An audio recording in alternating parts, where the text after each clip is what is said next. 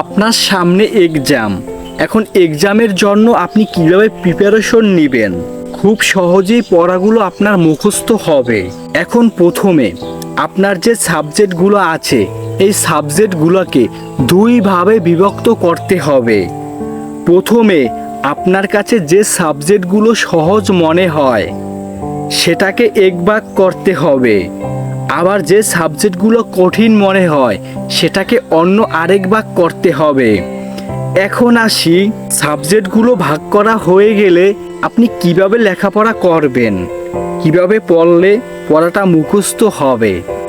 একেবারে সকালবেলা ফজরের নামাজ পড়ে, ফজরের নামাজের পরে হালকা পাতলা কিছু নাস্তা করে একটানা 3 ঘন্টা আপনাকে পড়তে হবে। যে সাবজেক্টগুলো কঠিন ওই সাবজেক্টগুলো ওই সকালবেলা আপনাকে পড়তে হবে। সকালবেলা আপনার ব্রেন থাকবে ক্লিয়ার, আপনার ব্রেনটে আপনি যেটা নেবেন ওটাই সেভ হয়ে থাকবে, আপনি সহজেই ওটা বুঝতে পারবেন, ওটা মুখস্থ করতে পারবেন। 3 ঘন্টা পরে আপনি সকালের খাবার খাবেন, রেস্ট নেবেন, তারপরে আবার 2 ঘন্টা লেখাপড়া করবেন। এই 2 ঘন্টা আপনি যে সাবজেক্টগুলো আপনার কাছে সহজ মনে হয়েছিল ওই সাবজেক্টগুলো ওই টাইমে পড়বেন। 2 ঘন্টা পরে গোসল করবেন, দুপুরের খাবার খাবেন, একটু ঘুম দিবেন। তারপরে ঘুম থেকে উঠে কিছু হালকা পাতলা নাস্তা করে আবার পড়তে বসবেন। 2 ঘন্টা পড়বেন।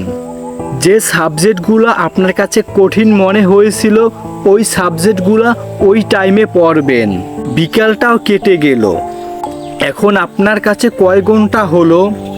প্রথমে 3 ঘন্টা, তারপরে 2 ঘন্টা, 5 ঘন্টা, তারপরে আবার 2 ঘন্টা, 7 ঘন্টা। এখন আপনি আবার একটু রেস্ট নেবেন, বিশ্রাম নেবেন। তারপরে আপনি প্রথমে সহজ সাবজেক্টগুলো পড়বেন, তারপরে আপনি কঠিন সাবজেক্টগুলো পড়বেন, তারপরে আপনি রাতের ঘুম দিবেন। যখন আপনার ঘুম আসবে তখনই আপনি ঘুমিয়ে পড়বেন।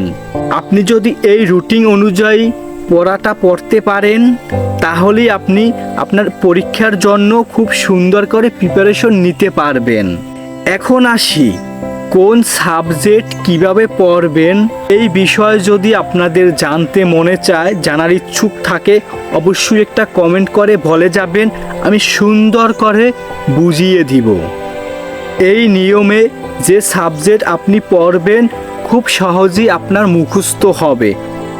যদি জানাটা প্রয়োজন মনে হয় অবশ্যই একটা কমেন্ট করে বলে যাবেন।